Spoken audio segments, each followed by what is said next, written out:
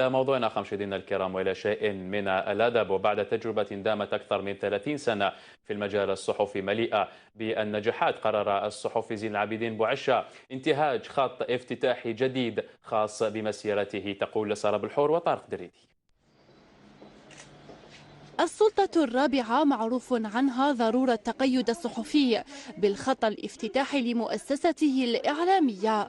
زين العابدين بوعشة أصدر أول مولود أدبي له يقول فيه ما لا يقال ويطرح مقالات جريئة جدا. هو ليس عنوان تجاري كما يعتقد البعض، وإنما هو عنوان للتميز. حتى فوق العادة ليس صحفي خارق للعادة.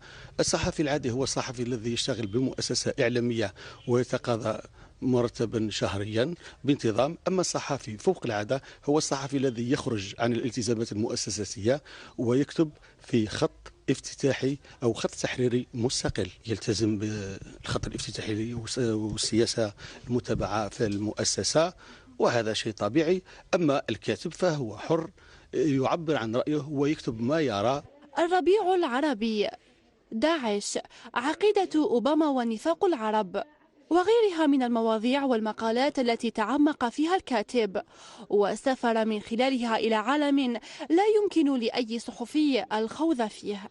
بعض الأحداث تابعتها كأي صحفي يعني خارج المؤسسة وتناولتها بالتحليل، خاصة قضية الربيع العربي الذي عنوته الربيع العربي بدون ظهور. عشت ظروف صعبة في الإرهاب، فهذه الفترة ما بالعشرية السوداء نجدها حاضرة بقوة وأثرت علي في كتاباتي. غالبا ما نجد الكتاب يميلون إلى كتابة سيرهم وبطولتهم في الروايات والمؤلفات، لكن بوعشة خرج كلية عن نمطهم المعهود ليكون صحفيا فوق العادة كما أسمى كتابه.